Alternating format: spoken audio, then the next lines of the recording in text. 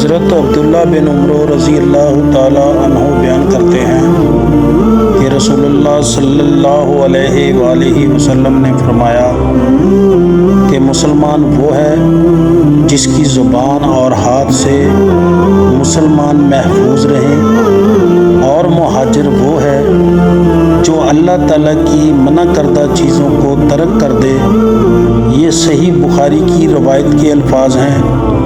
صحیح مسلم کی روایت کے الفاظ یہ ہیں، فرمایا گیا کہ کسی آدمی نے نبی کریم صلی اللہ علیہ وآلہ وسلم سے دریافت کیا کہ یا رسول اللہ، بہتر مسلمان کون سا ہے؟ آپ صلی اللہ علیہ وآلہ وسلم نے فرمایا کہ جس کی زبان اور ہاتھ سے مسلمان محفوظ ہوں۔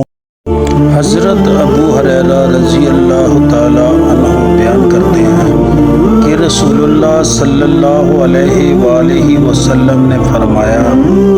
کہ ایمان کی 70 سے کچھ زائد شاخیں ہیں، ان میں سب سے افضل یہ کہنا ہے کہ اللہ کے سوا کوئی معبود برحق نہیں، اور سب سے ادنا یہ ہے کہ راستے سے تکلیف دہ چیز کو ہٹا دینا، اور حیا بھی ایمان کی ایک شاخ ہے۔